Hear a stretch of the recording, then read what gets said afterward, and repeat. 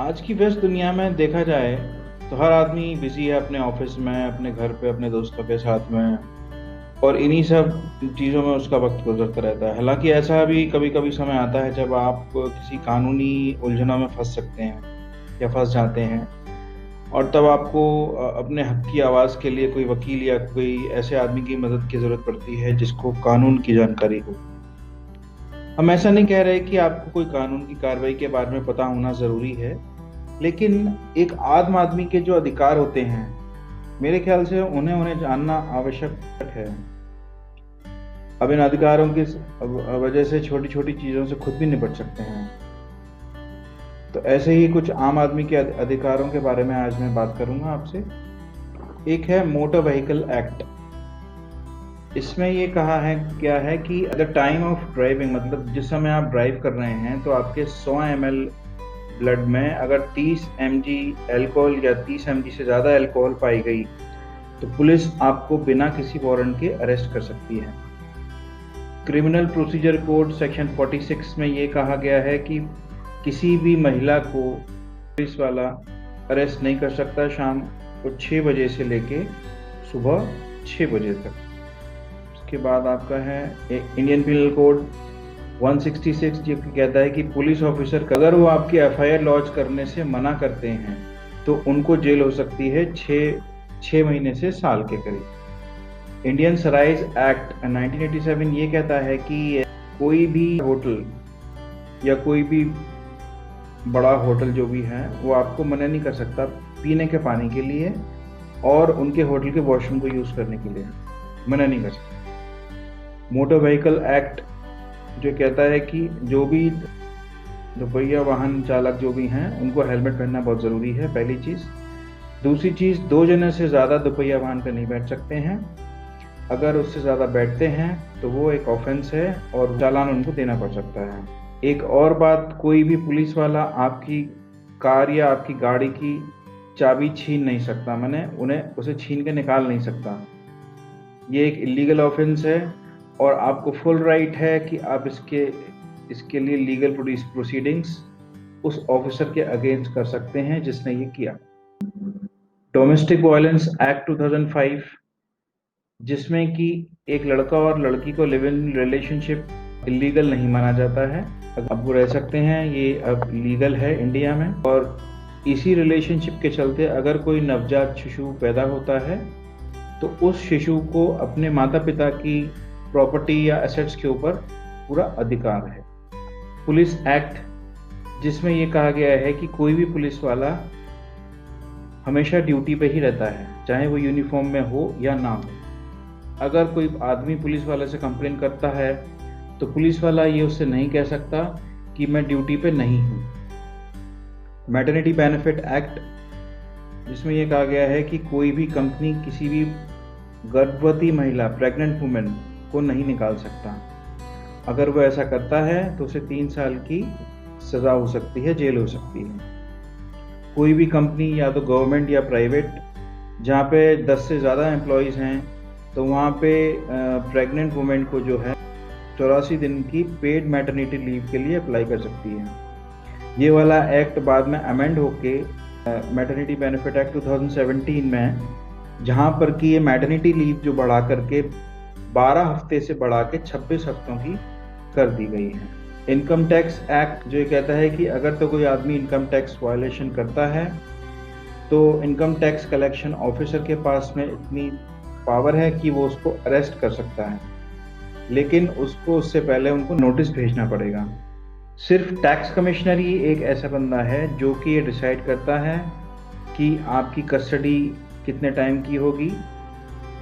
Hindu marriage act के तहत अगर कोई डाइवोर्स के लिए अप्लाई करना चाहता है तो उसके कुछ पॉइंट्स हैं जिसके तहत वो अप्लाई कर सकता है।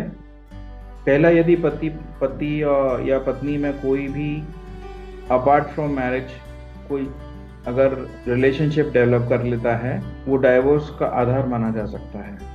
क्रूएल्टी भी एक रीज़न हो सकता है डाइवोर्स के लिए, जिसमें पति या पत्नी को उसके साथी द्वारा शारीरिक या मानसिक रूप से प्रताड़ित किया जाता है, इसे डाइवोर्स का आधार माना जा सकता है। एक रीजन ये हो सकता है कि पति या पत्नी में किसी ने भी किसी को छोड़ दिया है, 2 साल से ज्यादा अगर टाइम हो गया है अलग रहते हुए, तो वो डाइवोर्स के लिए अप्लाई कर सकते हैं। अगर पति या पत्नी में से कोई भी एक किसी और धर्म को स्वीकार कर लेता है अदर देन हिंदुइज्म, तो डाइवोर्स के लिए अप्लाई कर सकता है। पति या पत्नी में से कोई भी असाध्य मानसिक स्थिति में हो तथा पागलपन से ग्रस्त हो, इसके लिए भी पति या पत्नी में से कोई भी डाइवोर्स के लिए अप्लाई कर सकता है। कोड ऑफ क्रिमिनल प्रोसीजर की महिलाओं के लिए अलग से बनाया गया है। कहा गया कि महिला को पुलिस स्टेशन तक ले जाने के लिए सिर्फ कोई महिला पुलिस ही गिरफ्तार कर सकती है। बिना महिला पुलिस के गिरफ्तारी नहीं हो सकती किसी महिला को अगर गिरफ्तार करना है तो। अगर कोई पुलिस अधिकारी किसी महिला को बिना महिला पुलिस के गिरफ्तार करता है तो यह एक अपराध की श्रेणी में आ सकता है। इसके साथ ही किसी महिला को आप शाम 6 बजे के बाद और सुबह 6 बजे से पहले गिरफ्तार नहीं कर सकते, थाने भी नहीं ले जा सकते। अगर ऐसा किसी महिला के साथ हो तो वो ऐसा करने से इनकार कर सकते हैं। आप में से कई लोगों को शायद ना इस बात की जानकारी नहीं होगी कि खाना बनाते समय किसी भी कारणवश अगर आपकी रसोई गैस सिलेंडर में आग लग जाती है और उसमें कोई विस्फोट हो जाता है तो इसके चलते आप करीब 50 लाख तक का हर्जाने की मांग कर सकते हैं। इसके लिए आपको अपने नज़दीकी पुलिस स्टेशन में एफआईआर लॉन्च करनी पड़ेगी और इसके साथ आपको जमा करने पड़ेंगे उस गैस एजेंसी से कंसर्न डॉक्यूमेंट्स, जिससे कि ये प्रूफ होता है कि आपने उस गैस एजेंसी से अपने यहाँ सब्सक्रिप्शन लिया हुआ था।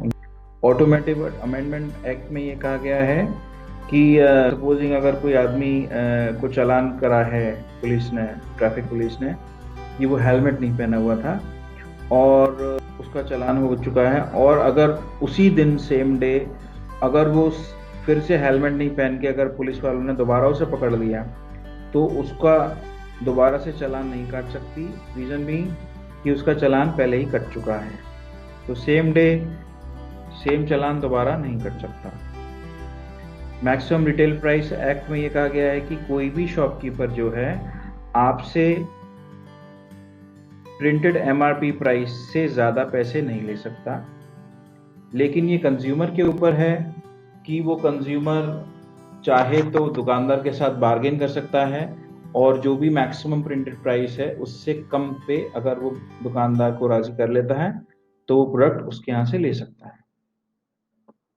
लिमिटेशन एक्ट में ये कहा गया है कि मान लीजिए आप किसी कंपनी में किसी ऑफिस में काम करते थे या वहाँ से आपने काम छोड़ दिया या आप किसी वजह से वहाँ नहीं काम करने गए, तो अगले 3 साल तक आप वहाँ पे एफआईआर लॉन्च करके आप अपनी रिमेनिंग सैलरी के लिए अप्लाई कर सकते हैं, जिसका कि आपने काम किया था वहाँ पे और आपको नहीं मिली है तो उसके लिए आप अप्लाई कर सकते हैं। मोर ओवर अगर ये 3 साल से ज़्यादा हो गया तो फिर आप उसके लिए अप्लाई करने के लिए एलिजिबल नहीं।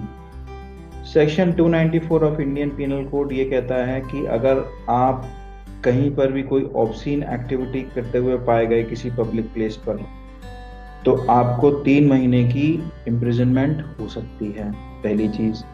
लेकिन ये भी कहा गया है कि ये ऑब्सीन एक्टिविटी की डेफिनेशन एग्जैक्टली डिफाइन नहीं की गई है, जिसके चलते पुलिस वाले इसका मिसयूज़ करते हैं और जो भी कपल हैं या जो भी इन ऐसी एक्टिविटीज़ में इन्वॉल्व हैं उनको परेशान करते हैं और इस एक्ट का मिसयूज़ भी करते हैं। हिंदू अडॉप्शन एक्ट में ये कहा गया है कि कोई भी हिंदू रिलीजन से जो बिलोंग करता है उसके पास अगर बच्चा है, मतलब सन या डॉटर या ग्रैंडसन है, तो वो दूसरा बच्चा अडॉप्ट नहीं कर सकता, सेकेंड चाइल्ड वो अडॉप्ट नहीं कर सकता।